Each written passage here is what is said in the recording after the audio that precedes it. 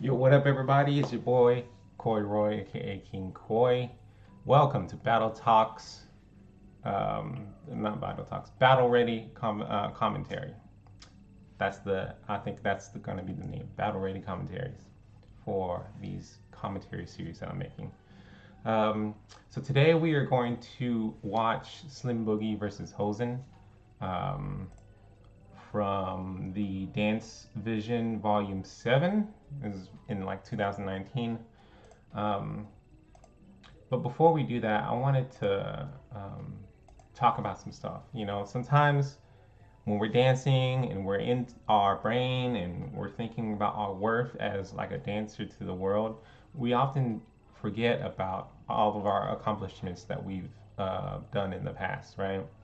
Like for me, I'm still battling with being this confident dancer or this like um, dance teacher, I guess, you know. But doubt occurs a lot in my brain, you know. I think about, am I any good at all? You know, I constantly ask myself that all the time, every single day. So I think it's important for us to reflect, you know, and look back at what we've done in the past so that we can appreciate where we are now, you know. Um, for example, one thing that, before the pandemic started, um, my goal was to be part of every online battle that I could possibly find, you know, and I did that for a while, and people were noticing, and that actually got me into some crazy positions, right? Like, I got the opportunity to battle um, in this like battle in Japan, you know, online, of course, because I can't fly there, but uh, it was a really really big battle, you know. Like we had Popping C on the judge panels. We had Nelson on the judge, or not judge panels, battle guests. They were basically, I was part of a battle lineup that included Pop and C, included Nelson, all these high level poppers. And I'm looking at myself and I'm going, am I really, am I for real really here? You know what I'm saying? And then another crazy thing was Summer Dance Forever. Like your boy, it turned in a video, and I'll show you the video here in a little bit. But yeah, I never thought in my wildest dreams that I would be able to um, at least be part of the wild card. You know, wild card basically is you have your, um, well, I think at the time they had their top 15, and then the wild card was like one person from each category, right? So my category was popping, obviously, but yeah, I was one of the candidates for the wild card, and for that to even happen, you would have to be like one of the best dancers in the world, you know, to even get to this event. And apparently, I met that threshold. So I'm like, what? So we're gonna watch that real quick, um, just to show you what I mean. There we go. Here's my wild card.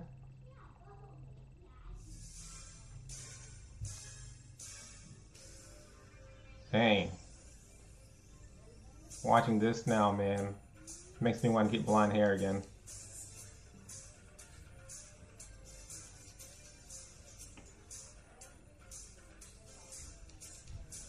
Mm-hmm. Mm. Go ahead, get boogie with it. So, um, so that was my round. You know, out of that was like 35 seconds. I don't know how they were able to judge from just that short of time, but basically what happened, Jason got the nominee because he had like 200 and something votes for him. So when you make it to the wild card, you get votes, right? But yeah, I didn't get enough votes in time. So he was the one to make it. But just to make it to this like lineup was like crazy, you know. And it really inspired me to just keep on dancing, keep training, you know, because who knows, maybe next year or this summer when this happens again, I'll be able to make it for sure this time. So, but yeah, like events like this just blew my mind, right? Like I'm just some dude surrounded by cornfields. I'm not literally surrounded by cornfields, but what the state I'm in the U.S., I'm basically in the cornfield state, right? And I'm just this kid, just practicing dancing, and somehow I'm getting these chances to be in these crazy, amazing events, and I'm like, wow. And I kind of lost sight of that recently. It's like I'm so entranced in training and practicing and doing the things that I forgot to appreciate the accomplishments that I've made in the past. And I think it's really important to, register what you've done. You could have won a battle. You could have, just the fact of inspiring somebody that you haven't before. I think that's huge, right? Um, so that was just kind of an intro to this next video, right? That we're gonna watch this battle. But when you're watching this battle, I want you to think these two dancers, man, what accomplishments and achievements that they've gotten, and I bet that they're feeling the same way that I'm feeling, constantly doubt, because doubt and anxiety never go away, right?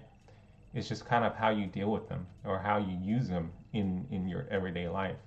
Um, so, yeah, put yourself in Slim Boogie's shoes, put yourself in Hozin's shoes, and take your anxieties and put it on them, because they, 9 times out of 10 will feel the same anxiety that you do. The only difference is they've been dancing a little longer than you. So there we go. So with that being said, let's jump into this video. Let's go. Bam. Slim Boogie, Hozin.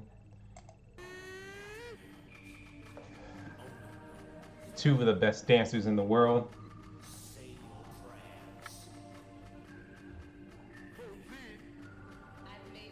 Is it Korea versus USA? Shout out to 10 Man, Canada.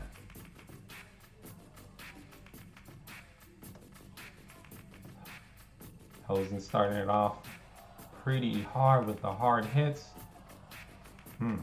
Footwork. So if you notice, when we talked about the 1-2-3 game, he's basically using every single thing. His focus is super spread, so that opportunity of contrast building is missed on him already. This is what I've noticed. And I also noticed he's looking down the entire time, so Slim Boogie might be getting into his head or something, or he's moving so many body parts that he has to focus on it,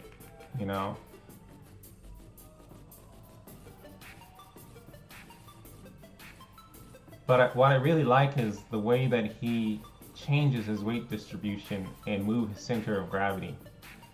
If you watch his head, and you notice, like, the head is the thing that leads it a lot of the times. So Slim saw, I'm pretty sure he saw that, and what his answer is, I'm gonna just focus on my hand. That's gonna be my so that right there, he's on the 1. He's contrasting. He's like saying, be patient, my dude. And now he's built up to his arms and legs. And the hops.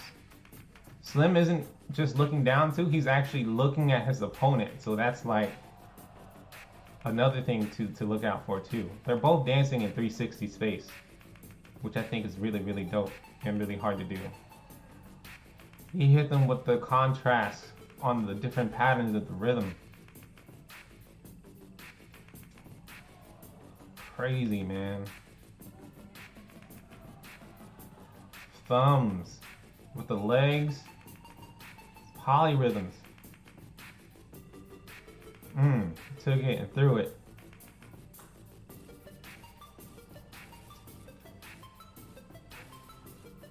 I wouldn't say Slim's hit and Hozin's hit.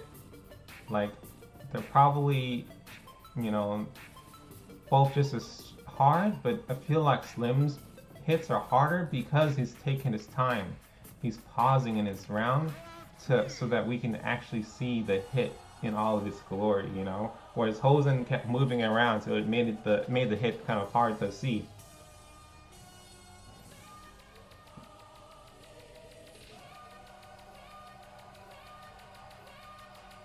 Hozin's listening to the music.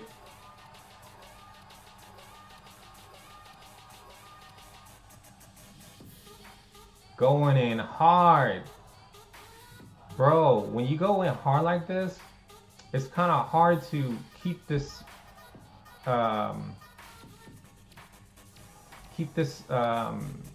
power on, and basically you have to build up from here. So if you're going down in energy at all, then your round is like no longer powerful.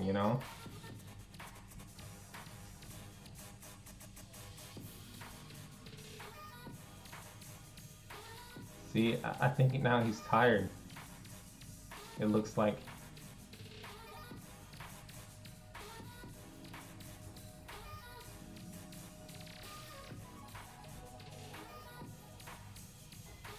Nice.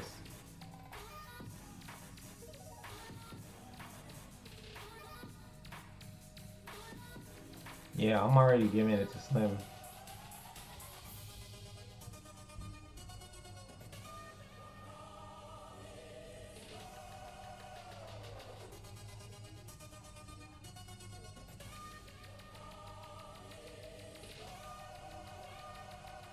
Yeah, I'm already giving it to Slim, yo.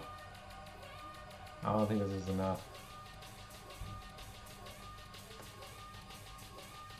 And if you watch Hozin's arm angles too, a lot of the times they're not that straight, especially when he does the toy mans. A lot of times his elbows are down lower than what they're supposed to be.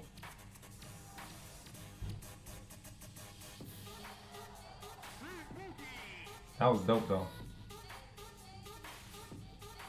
Alright, what's your answer, Slim?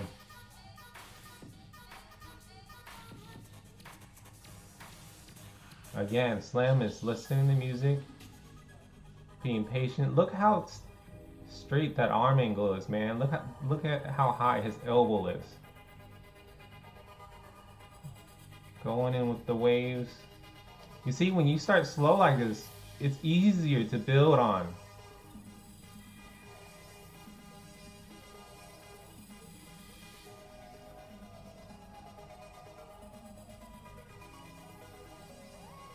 Whoa. He has yet to hit, just so you know, but when he does,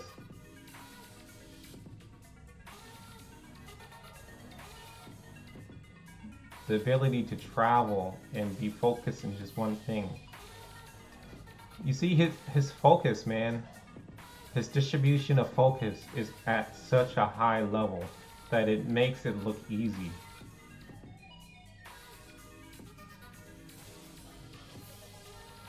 Right now he only has two focus, his legs and his arms. He's also saying, listen to the music, yo.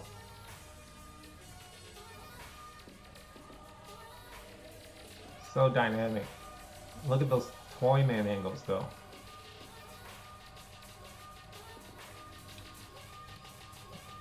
Here it goes, the conclusion. Climax.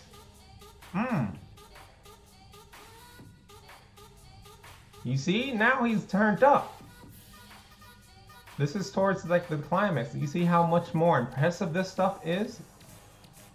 Because he took the time to build up. And he didn't even dance. He didn't even dance as hard as Hozin did. But he utilized his focus really well. Focus distribution. This is what I'm going to call it. Focus distribution. Whereas Hozin's focus was everywhere.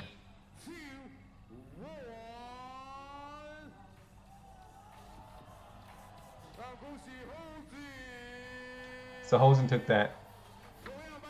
But I still think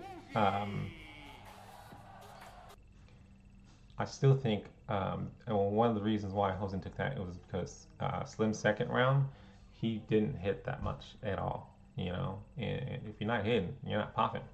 But I still think the round where he presented his round was at such a high level. You know, the focus distribution.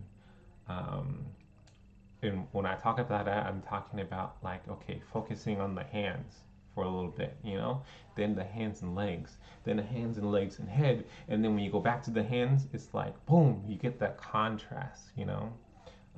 But yeah, I guarantee 1,000% the reason why Slim lost was because he wasn't hitting as much as Hosen was, and I bet Hosen knew that, you know. I was like, he's like, oh man, Slim Boogie, he's really dope at animation and dynamic stuff, but he don't be hidden, you know? So maybe that's why he started off really, really hard in the beginning.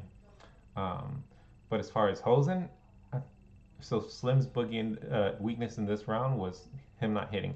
But Hosen's weakness, I feel like, is more severe because it's easy to just apply a hit, right? But Hosen, he needs to like figure out his distribution, or like his presentation in his round. You know, if you start off hard like that, you know that's the standard. You can't go below that. Otherwise, your round is gonna go down in terms of the pace, right? Um, so I think, um, yeah, I think that's his. You know, he needs to switch that. Start with the waves, you know, and then go in real hard. And I guarantee you, you will still win, you know. But that's just my opinion, anyways. Um, at the same time, though, you as the audience, I want you to really think about how they're thinking right now in their brains, you know. Like, even though Slim looks um, collective and calm, I'm sure he's super nervous because that's freaking Hosen, you know. And Hosen was nervous too, but he wasn't as he didn't have the ability to fake it till you make it, you know, as Slim did, because I can literally see his nervousness in his face, um, in during his round, you know, especially in the second round where he's like listening to the music. You know, I saw that he was listening to the music, but I can also think like, man, Hosen's getting in his head right now. Slim's got him spooked, you know. Um, but yeah, that's you know, I want to hear from you. What do you think they were thinking through? What would you do if you were in this situation, right? What if you were Slim Boogie? How would you feel? If you were Hosen, how would you feel? I'd like to hear what you have to say down in the comments. So until next time, it's your boy King Koi with Battle Ready commentaries. Talk to y'all very soon. Peace.